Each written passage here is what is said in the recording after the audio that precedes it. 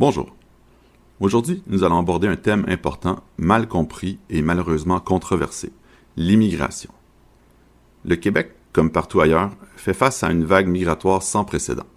La plupart des pays du monde subissent en ce moment une pression migratoire provenant de pays plus pauvres ou plus instables. Au Québec, comme partout ailleurs, il y a un débat sur l'immigration, allant de ceux qui veulent abolir les frontières jusqu'à ceux qui veulent renvoyer les immigrants chez eux. Il y a pourtant moyen de trouver un compromis réaliste et durable sans également tomber dans les accusations de racisme et autres phobes auxquelles la gauche carbure. Il importe également de commencer en définissant une différence importante entre l'immigration comme concept et l'immigrant comme individu. L'immigrant individu se retrouve acteur d'un film plus grand que lui, qui est l'immigration. La gauche tombe presque automatiquement dans le piège, volontaire ou non, de confondre les deux. Être contre l'immigration ou même la remettre en question est donc détester les immigrants eux-mêmes, ce qui met bien sûr fin à la discussion pour cause de racisme. Écartons donc cette notion et demeurons raisonnables. Il y a quelques questions fondamentales qui émergent de ce débat et certaines sont inconfortables pour certains. À quoi sert l'immigration? Quels sont ses avantages et inconvénients? Y a-t-il une différence entre les immigrants? Et surtout, comment un immigrant devient un Québécois? Il importe également de situer ce dossier dans le contexte québécois. Nous pouvons tirer certaines leçons des exemples étrangers, mais devons également tenir compte des différences géographiques, culturelles, économiques et autres entre les pays hôtes et leur gestion de l'immigration. Les États-Unis, la Pologne et l'Irlande ont tous un contexte très différent face à l'immigration. À quoi sert-elle l'immigration? Pour ceux qui la défendent, les arguments principaux sont démographiques, les immigrants comblent le déficit nataliste de nos sociétés vieillissantes. Économique, les immigrants sont majoritairement des adultes en âge de travailler et déjà formés qui vont payer des taxes et consommer. Il y a également des raisons morales. Nous avons le devoir de recevoir les démunis du monde et ceux qui demandent notre aide. Finalement, on nous citera les bienfaits de la diversité. Une société diversifiée serait l'idéal à atteindre, surtout la gauche qui rejette massivement le concept d'une société occidentale qui désirerait conserver son patrimoine culturel, historique et démographique. La diversité est une bénédiction en soi et le seul moyen de l'accroître est d'accroître l'immigration. Voici pourquoi la plupart de ces arguments sont ou bien faux ou bien largement exagérés dans leurs aspects positifs. Toutes les sociétés industrialisées du monde subissent la même baisse drastique de natalité. Les pays d'Asie qui se sont industrialisés dans la deuxième moitié du 20e siècle subissent cette baisse de façon encore plus dramatique. L'immigration n'est donc pas une solution logique alors que la planète au complet vieillit. Les solutions doivent être locales. Il faut faire des bébés. Au moins assez pour renouveler.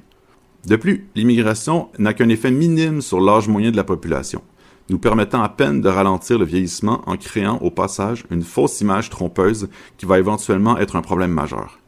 Nous devons éclaircir un concept clé dans cette discussion ici. Comment un immigrant devient un citoyen comme les autres? Aspect important si on parle de solutions démographiques. Il y a un débat plus large et plus fondamental ici, à savoir, quelle est la base pour déterminer le niveau d'intégration d'un immigrant? La réponse à cette question varie, allant d'un côté extrême à ceux qui pensent que les humains sont totalement interchangeables et que si 1 million d'Indiens sont installés demain au Québec et ont une carte d'assurance maladie, ils sont Québécois comme les autres. Et à l'autre extrême du spectre, ceux qui pensent que la notion de Québécois s'arrête aux Québécois ethniques et qu'il est impossible de s'intégrer réellement en tant qu'immigrant. Encore une fois, la majorité au Québec se situe entre les deux. Ils croient au nationalisme civique. Un immigrant peut devenir un Québécois, mais il y a une limite au nombre d'immigrants que le Québec peut intégrer en même temps.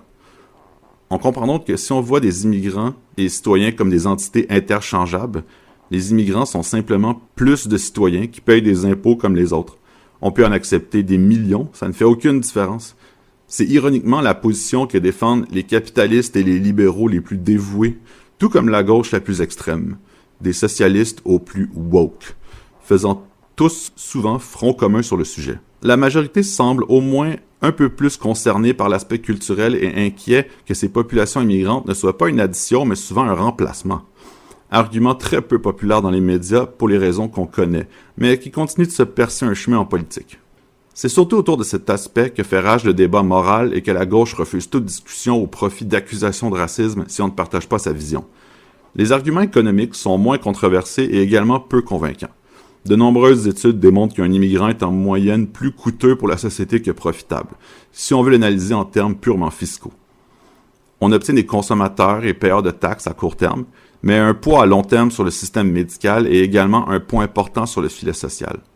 Les immigrants étant fortement surreprésentés dans tous les programmes de support financier et autres. L'immigration n'est donc pas réellement une avenue économique intéressante à long terme.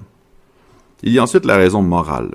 Nous devons aider les sociétés les plus démunies ou en proie à la guerre et la famine ou autres calamités. Le Québec a toujours été une société d'accueil pour les gens dans le besoin et continue de l'être. Il y a encore unanimité sur notre devoir d'entraide jusqu'à une certaine limite. Le nombre et la provenance de la majorité des réfugiés ne correspond pas à un scénario d'urgence qui requiert des permissions spéciales, mais pourtant, il grandit d'année en année. Les Québécois font leur part pour les impératifs moraux derrière l'immigration, mais considérons l'étendue de la misère du monde. Si la situation mondiale devait se détériorer, les continents les plus affectés contiennent la majorité de la population du globe. On parle de milliards de gens qui pourraient être affectés et on parle de vagues migratoires comme on n'en a jamais connu. Dans un tel scénario, il est évident que le Québec ne serait pas en mesure d'accepter qu'une partie infime de ce mouvement de masse. Notre devoir moral arrête à notre capacité réelle d'accueil. Finalement, la diversité comme bénédiction en soi. Il est vrai que le contact avec d'autres cultures et l'accès à des expériences culturelles variées est un avantage pour n'importe quel individu. Des échanges naissent le progrès. Nous avons également un consensus assez général là-dessus. Par contre, nous n'avons pas besoin de l'immigration pour ça. Les gens voyagent, les gens ont Internet, les gens ont accès aux musées, aux spectacles et à toute autre activité culturelle qu'on nous présente. Nous avons déjà un nombre critique d'immigrants au Québec qui nous donne accès à une myriade de cultures. Ajouter un demi-million d'immigrants par année ne va pas enrichir notre expérience diversitaire. Si le concept de diversité doit être considéré comme un avantage en soi, ce qui n'est pas prouvable, alors il y a également un genre de plafond où plus d'immigration ne rend pas cette diversité meilleure. Voici donc les arguments principaux pour l'immigration. Ils ne sont pas tellement convaincants. C'est la raison pour laquelle ces défenseurs refusent d'habitude d'en débattre et vont simplement accuser l'adversaire de racisme. Abordons maintenant les arguments contre l'immigration. Sans repasser les mêmes contre-arguments, soit les problèmes qu'elle ne règle pas, elle crée de nouveaux problèmes en soi, pour lesquels il faut dévouer temps et ressources, en plus des coûts sociaux plus difficiles à évaluer. Un immigrant de première génération ne peut presque jamais être pleinement intégré à la population d'accueil, sauf s'il arrive très jeune. Il va au mieux flotter dans une zone grise entre sa culture d'origine et celle d'accueil. Plus sa différence est visible ou plus sa culture éloignée, plus l'intégration va être difficile. Ceci n'est pas particulier au Québec, c'est une réalité universelle et intemporelle. Sur les premières générations, nous pouvons en intégrer une partie minime. Sur la deuxième génération, ce chiffre augmente drastiquement, mais sans atteindre 100%. C'est donc dire que jusqu'à un certain niveau, nous sommes en mesure d'intégrer un certain nombre d'immigrants, mais passé ce nombre, nous créons littéralement une nation parallèle à la nôtre sur notre propre territoire. Tous les groupes d'immigrants vont spontanément et naturellement se rassembler entre eux et former des enclaves démographiques et culturelles. Ces enclaves fonctionnent entre deux mondes. Leur pays d'origine, où ils ont tous des familles et des amis avec qui ils peuvent être en contact constant grâce à Internet, et le pays hôte dans lequel ils peuvent fonctionner économiquement sans vraiment participer culturellement ou politiquement. Ces enclaves peuvent être relativement inoffensives, pensons à Outremont, où réside la communauté juive depuis toujours, mais sans jamais se mélanger moindrement au Québec francophone, mais peuvent également devenir extrêmement problématiques. Pensons en Europe ou aux États-Unis, les enclaves culturelles infréquentables où la loi règne à peine. Créer et alimenter ces enclaves est donc une erreur et un danger éventuel assez important qui est directement causé par l'immigration. L'immigration cause une surcharge sur les services sociaux.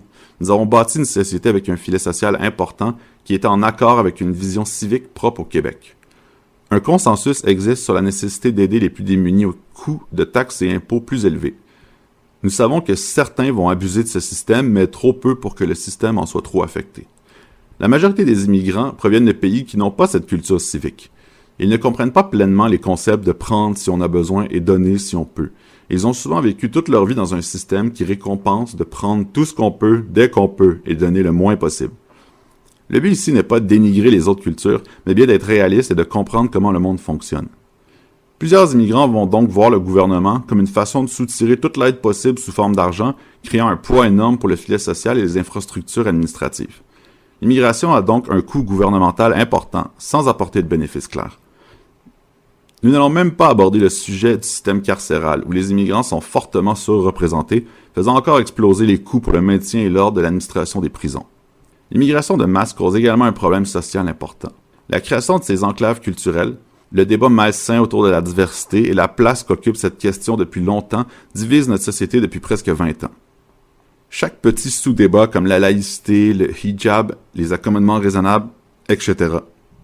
Tous des sujets provenant de l'immigration massive venant de cultures difficilement intégrables. On observe les pays d'Europe sombrer dans le chaos les uns après les autres, sous la pression de vagues migratoires qui ne font que s'intensifier. On constate que ces mêmes pays commencent à se tourner vers des gouvernements de droite qui sont eux-mêmes dépassés par la situation. Le même chaos social, les zones de non-droit, la création d'États au sein de l'État, la division et les conflits anciens qu'on importe devient un poids pour notre société. Et ce n'est que le début. La situation mondiale ne va aller qu'en s'empirant dans les décennies à venir. Le flot de migrants va continuer d'augmenter et devenir de plus en plus agressif. Le bassin potentiel de gens qui devront migrer à cause des troubles, guerres, famines, épidémies et autres calamités qui vont se multiplier dans certaines régions du monde est de l'ordre de milliards d'individus. Jamais l'Occident ne peut accepter même une partie infime de ce chiffre.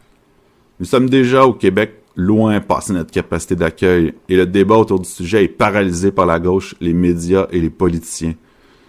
C'est dès maintenant qu'il faut prendre une position ferme sur l'immigration. Réduire le nombre d'immigrants à des chiffres gérables, assurer un contrôle étroit des entrées, faire un suivi sérieux, renvoyer les criminels et autres cas à problème.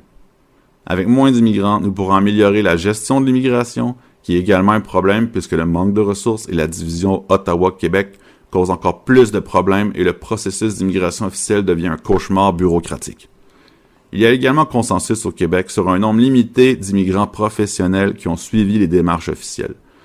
Dans la situation politique et démographique du Québec, il est également important de considérer les aspects culturels des immigrants et de favoriser des bassins culturels plus compatibles et plus facilement intégrables.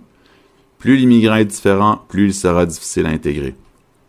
Ce point cause également souvent des tensions face à des supposées accusations de racisme, impliquant que de dénoter une gradation de différences culturelles implique qu'on y attache également une valeur. Dire qu'il y a des cultures différentes ne veut pas dire qu'une est meilleure que l'autre, ou du moins ce n'est pas pertinent dans la discussion. Il est évident que si on prend une personne qui sort tout droit de la forêt d'Amazonie vierge et qu'on tente de l'intégrer au Québec, ce sera beaucoup plus compliqué que si on intègre un Breton. La même distance existe en moins extrême avec tous les autres peuples du monde sur un spectre des cultures, allant des plus différents, disons, aux plus proches. La gauche embrouille encore le débat là-dessus, en faisant exprès de ne pas comprendre la différence par malice ou par simple bêtise. Si on accepte donc de réduire le nombre d'immigrants, de rendre la gestion de l'immigration meilleure, de choisir les meilleurs immigrants en fonction de leur parcours professionnel et culturel, nous avons un projet qui semble viable. Le dernier aspect à considérer est la géographie des immigrants, qui s'installent tous ou presque dans la région de Montréal. Il est évident qu'il est plus facile d'intégrer un immigrant au sein d'une communauté québécoise que s'il vit seulement avec d'autres immigrants. Une immigration limitée, qui serait répartie sur tout le territoire du Québec, serait encore une fois beaucoup plus facile à intégrer et éviterait les enclaves jusqu'à un certain niveau. Voici donc un aperçu de la situation. Je trouve cette analyse raisonnable et réaliste, même si elle est perçue comme extrême par certains. Je trouve que la situation actuelle et l'aura de terreur qui règne autour du sujet sont beaucoup plus extrêmes et nuisent énormément tant aux Québécois qu'aux immigrants. J'ai grandi avec un père immigrant qui enseignait la sociologie avec spécialité sur l'immigration à l'université. Nous avions beaucoup d'immigrants dans notre entourage. J'ai grandi dans un des quartiers les plus immigrants au Québec, avec des amis immigrants. J'ai travaillé toute ma vie avec des immigrants et j'ai encore de nombreux amis immigrants. J'ai même travaillé longtemps en tourisme comme guide et aubergiste.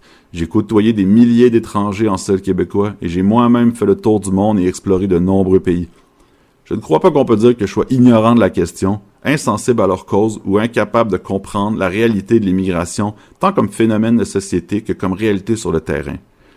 L'immigration est une nécessité et une réalité incontournable qui peut être très positive pour la nation hôte. On entend souvent l'analogie avec l'eau.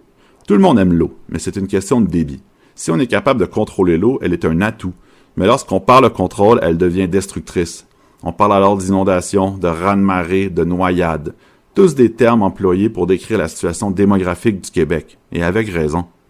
Continuons d'entretenir une discussion positive et réaliste sur cette question, et ignorons ceux qui s'en servent comme vecteurs idéologiques, et paralysent le débat sous les accusations de racisme et de xénophobie. Malheureusement, c'est l'état des médias en ce moment, mais c'est notre devoir d'imposer la saveur du sujet sur la place publique. Merci pour votre temps. J'espère que vous avez trouvé le tout intéressant. N'hésitez pas à aimer, commenter et partager pour qu'on soit le plus nombreux possible à comprendre cet épineux sujet. Si vous avez des demandes de sujets ou des suggestions, je serais heureux de les entendre. Bonne journée!